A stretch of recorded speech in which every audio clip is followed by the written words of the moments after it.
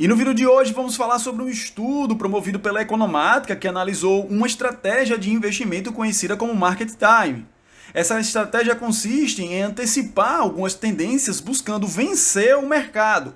No estudo, ela foi comparada a outros tipos de estratégia adotada por investidores e vamos descobrir se ela é uma boa estratégia para os investidores em geral ou se é mais uma estratégia que acaba perdendo para aquele investidor consistente. Mas antes, bem-vindos a mais um vídeo do Roda do Dividendo. Para você que ainda não conhece o canal, assista o vídeo até o final e caso ele te ajude de alguma forma, considere se inscrever, deixar seu like e compartilhar para que esse vídeo alcance a mais pessoas. E o que seria o Market Time? É o ato de tentar comprar ativos na baixa e vender na alta. Em resumo, é isso.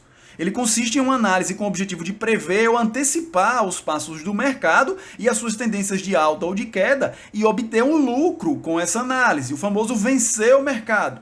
Apesar de poder ser bastante eficaz em alguns tipos de alocações táticas, a longo prazo pode se revelar uma estratégia difícil, porque você precisa adivinhar constantemente quais serão as tendências que o mercado adotará e também com um custo elevado. O estudo inicia dizendo que quando se trata de investimento, principalmente em renda variável, o futuro é incerto e os preços são voláteis, o que torna quase impossível determinar com precisão e consistência os momentos perfeitos, ou seja, a máxima valorização ou depreciação de um ativo. E por isso, no cenário utilizado nesse estudo, ele avaliou inicialmente a performance do Ibovespa, com todas as empresas que o compõem, nos últimos 30 anos. O objetivo inicial é verificar a probabilidade de acerto pelo investidor dos períodos com ciclos positivos de alta. E para chegar a essa conclusão, o estudo consolidou o histórico em 3 principais janelas de retorno: uma diária, uma mensal e uma anual.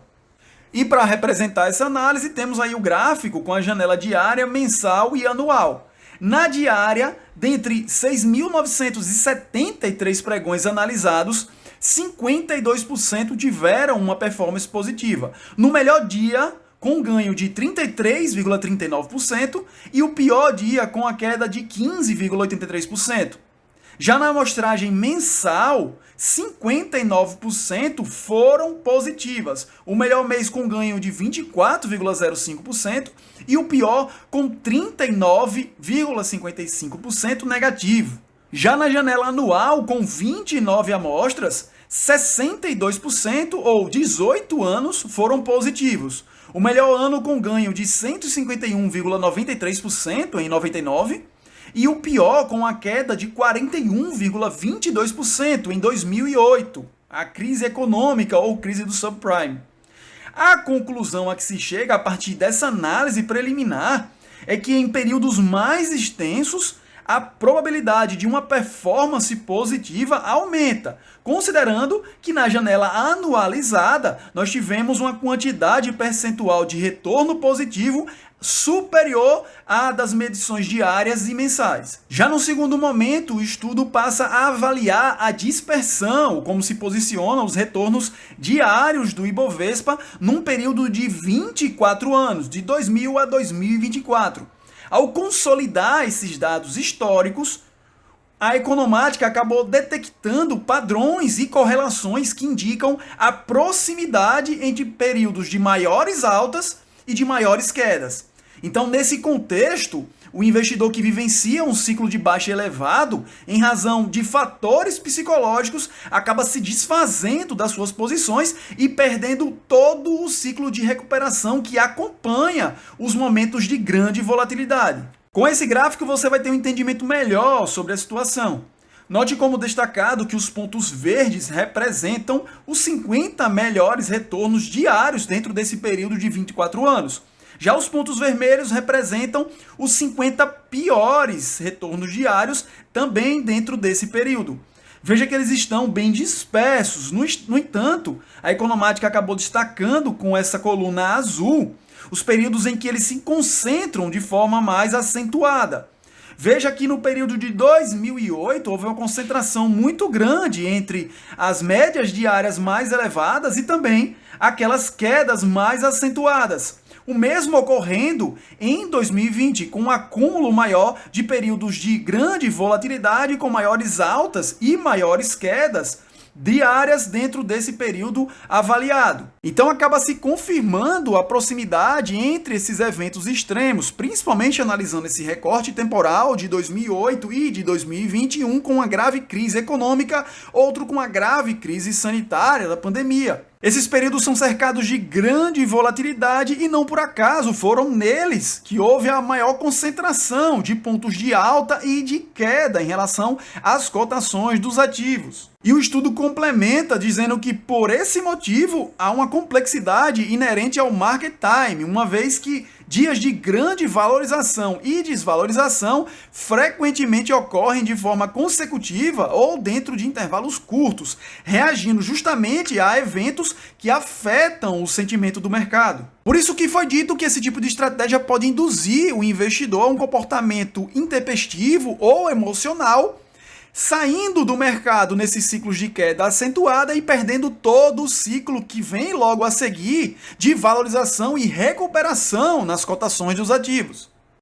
E outro destaque em relação a esse ponto do estudo é que fica evidente que as rápidas oscilações do mercado contribuem para o aumento do risco, a imprevisibilidade, associado a estratégias como essa do market timing que buscam aproveitar esses movimentos pontuais. E um terceiro ponto analisado nesse estudo teve a intenção de responder a essa pergunta: qual o custo de um market timing mal executado? Bom, para simular o possível custo de um market time errado, esse estudo realizou a simulação considerando um investidor hipotético que identifica os 10 melhores e 10 piores dias do mercado.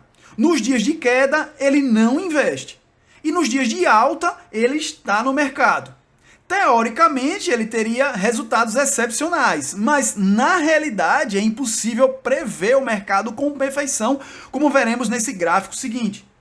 E nesse gráfico temos o período de 24 anos, de 2000 a 2024, do Ibovespa. Na cor mais clara temos a representação do Ibovespa, considerando aquele cenário de acerto em relação aos 10 melhores dias e aos 10 piores dias. Já na cor marrom temos o Ibovespa com a mesma representação, só que excluídos os 10 melhores dias. Por isso, se um investidor errasse em sua tentativa de market time, perdendo os dias de maiores ganhos, nesse cenário, os 10 melhores dias, o impacto negativo seria muito maior do que simplesmente manter-se investido de forma contínua, como ilustra o próprio gráfico. Ignorando os 10 melhores dias de um total de 5.900 nessa análise, a performance do índice cairia de 600% para 180% no período, obviamente sem um ajuste pela inflação. Então fica um questionamento: você como investidor adotando essa estratégia e considerando as probabilidades, é mais fácil você acertar todos os topos e fundos do mercado em 24 anos ou acabar errando a maior parte dessas projeções? E como último ponto do estudo, eles buscaram responder a pergunta se o retorno depende da estratégia de investimento adotada, quando comparada diversas estratégias entre si. Há diversos estudos comportamentais que indicam que o nosso viés de aversão a perdas nos induz a sempre tentar investir apenas quando as ações estão baratas. Mas o que os dados dizem sobre essa estratégia? Com base no estudo no mercado americano, nesse estudo da Economática, foram adequados os dados para a realidade brasileira, utilizando 4 diferentes estratégias de investimento. Elas aplicadas ao índice Brasil 100, o IBXX, um índice que busca uma diversificação mais ampla que o Ibovespa, ao longo de 24 anos. Em todos os cenários, o investidor aplicou R$ 2.000 por ano, totalizando R$ 48.000 em aportes.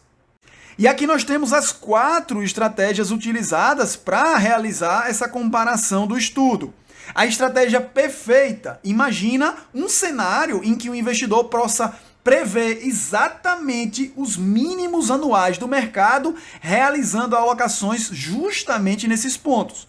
Já a estratégia de alocação anual consiste em investir um montante fixo no início de cada ano, evitando a tentativa de prever o mercado. Ela busca demonstrar a eficácia do investimento constante, independentemente das flutuações do mercado. Constância, sempre é dito aqui no canal. Outra estratégia é de manada. Aqui o investidor segue o consenso do mercado, realizando alocações nos picos anuais. Essa abordagem, embora intuitiva, muitas vezes leva a resultados inferiores quando comparada com métodos mais sistemáticos de investimento. O investidor acaba investindo sempre com base em manchetes de sites de investimento. A última estratégia é a ultraconservadora. Nessa abordagem, ela tem uma conotação mais defensiva, na qual o investidor aplica em ativos atrelados ao CDI anualmente, protegendo-se da volatilidade do mercado acionário, mas sacrificando a elevação nos seus ganhos.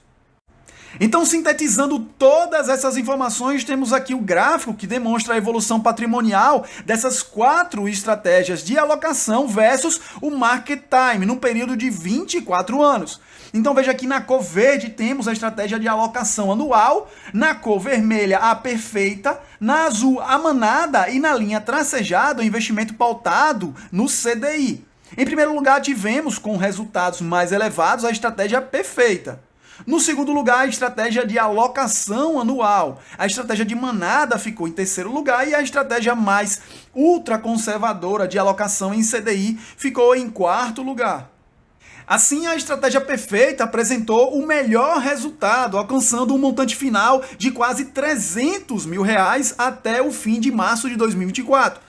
Essa estratégia hipotética depende de uma capacidade irrealista de prever os pontos mais baixos do mercado a cada ano e investir nesses exatos momentos.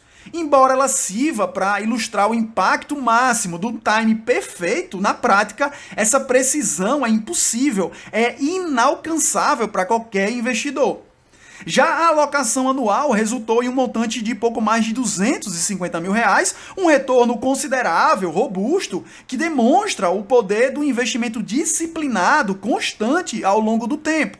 Essa abordagem que não tenta prever os movimentos do mercado é uma representação mais realista da estratégia adotada por muitos investidores. Já na estratégia de manada, que simula a compra no pico anual do mercado, resultou em um valor acumulado de pouco mais de R$202 mil, reforçando a ideia de que seguir o consenso do mercado com base em manchetes sensacionalistas, sem uma análise crítica e profunda dos ativos em que você pretende investir, pode até levar a resultados bons. No entanto, quando comparados com estratégias mais disciplinadas, eles ficarão sempre abaixo, como comprovado aí nesse estudo. Por fim, a estratégia ultraconservadora alcançou pouco mais de R$194 mil. E chegamos então às conclusões desse estudo. E a primeira delas é que a tática de market time demanda uma atenção constante em relação às flutuações do mercado, o que pode acabar desviando o seu foco como investidor de uma análise de investimento fundamentada e criteriosa. Outro ponto é que, sim, é importante que você acabe adaptando as suas estratégias de investimento quando há alguma mudança nos ativos em que você investiu em relação aos fundamentos que te levaram a investir neles. Mas o market time frequentemente nos induz a sair muito cedo ou permanecer por tempo demais em determinados ativos. Esse é o impacto emocional dessa estratégia. Além disso, o market time pode ser muito custoso para o investidor. Operar com frequência para capturar o time ideal acarreta custos de corretagem que, embora pequenos por operação individual, acumulam-se rapidamente e reduzem o seu retorno total do investimento. Esse seria o impacto financeiro. Isso sem mencionar o custo de oportunidade em estar alocando o seu capital em determinados ativos que lhe trarão um retorno inferior ao de outras oportunidades que você deixou de aproveitar. E exatamente por isso, embora o market time possa parecer vantajoso para a maioria dos investidores, a abordagem de manter-se investido tem provado ser mais consistente no decorrer do tempo. Por hoje é isso, se inscreva em nosso canal e até o próximo vídeo.